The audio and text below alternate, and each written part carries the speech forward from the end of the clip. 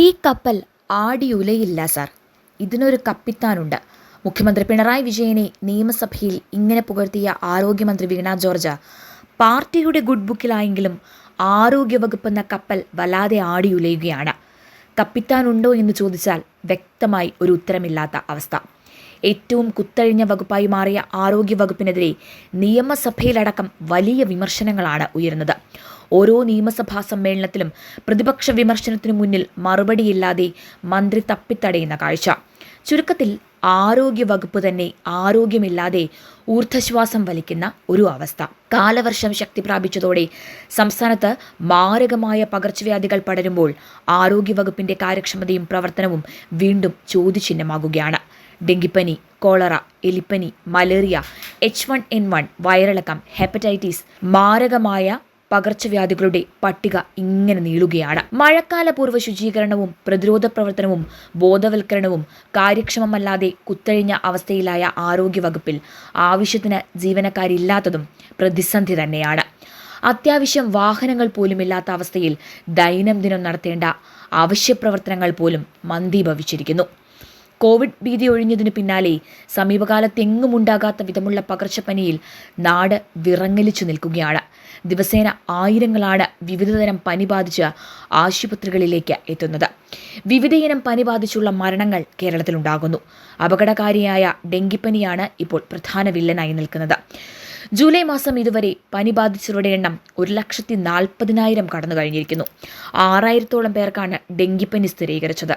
H1N1 പനി ബാധിച്ചവർ 625, എലിപ്പനി ബാധിച്ചവർ 260, hepatitis A ബാധിച്ചവർ 1062. ഇങ്ങനെ പോകുന്നു കണക്കുകൾ. 30 പേർക്ക് കോളറ സ്ഥിരീകരിച്ചു. വയറിളക്കം ബാധിച്ചവർ 38,065 പേരാണ്. സർക്കാർ ആശുപത്രികളിലെ കണക്കാണ് ഇത്. സ്വകാര്യ ആശുപത്രിയിലെ കണക്ക് കൂടി ചേർത്താൽ കണക്ക് ഭീമം തന്നെയാകും. മഴക്കാല പൂർവ്വ ശുചീകരണത്തിലുണ്ടായ ഗുരുതര വീഴ്ചയാണ് പകർച്ചപ്പനി വ്യാപനത്തിനിടയാക്കിയതെന്ന ആരോപണം തീർച്ചയായും ഉയരുക തന്നെ ചെയ്യും. ഇത് ആരുടെ അനാസ്ഥ എന്നതാണ് പ്രധാന ചോദ്യം. മാലിന്യക്കൂമ്പാരത്തിനു മുകളിൽ പെയ്തിറങ്ങുന്ന കാലവർഷം രോഗവാഹികളായ കൊതുക്, ഈച്ച, എലി തുടങ്ങിയ ക്ഷുദ്രജീവികളുടെ വിഹാരത്തിന് വഴിയൊരുക്കും എന്നത് ഏവർക്കും അറിയാവുന്നതുമാണ്.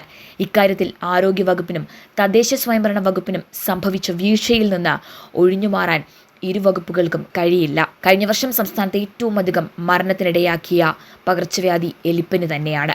ഈ വർഷം ഇതുവരെ എലിപ്പനി ബാധിച്ച് മരിച്ചത് 144 പേരാണ്. 2,380 പേർക്ക് ഇതുവരെ എലിപ്പനി ബാധിച്ചതായാണ് കണക്ക്. സംസ്ഥാനത്തെ എല്ലാ ആശുപത്രികളിലും മരുന്നുകളുടെ ലഭ്യത, ഡോക്ടർമാരുടെയും ജീവനക്കാരുടെയും സാന്നിധ്യം ഉറപ്പാക്കൽ എന്നിവയിലൊക്കെ പാളിച്ച സംഭവിച്ചത് തന്നെയായാണ് വിലയിരുത്തപ്പെടുന്നത്.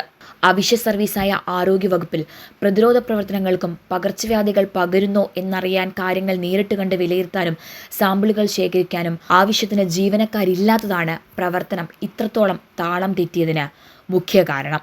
എന്തിനും കേന്ദ്ര സർക്കാരിനെ പഴിക്കുന്ന പതിവ് പല്ലവിയിൽ ആരോഗ്യവകുപ്പ് നഷ്ടപ്പെടുത്തിയത് കോടികളുടെ കേന്ദ്ര ഫണ്ടാണ് എന്നോർക്കണം. ആരോഗ്യവകുപ്പിൽ ഇപ്പോൾ അടിയന്തരമായി വേണ്ടത് ഒരു സർജിക്കൽ സ്ട്രൈക്ക് തന്നെയാണ്. മുൻകാലങ്ങളിൽ ആരോഗ്യവകുപ്പ് മന്ത്രിമാർ കാര്യക്ഷമത കുറഞ്ഞവരാണെങ്കിലും വകുപ്പ് സെക്രട്ടറിമാരുടെ മെഡിക്കൽ കാര്യങ്ങൾ ഏറെക്കുറെ പരാതിരഹിതമായി നടന്നിരുന്നു. എല്ലാറ്റിലും പാർട്ടി ഇടപെടൽ മൂലമാകാം സെക്രട്ടറി തലത്തിലുള്ള ഉന്നത ഉദ്യോഗസ്ഥരും ഇപ്പോൾ മൗനത്തിൽ തന്നെയാണ്.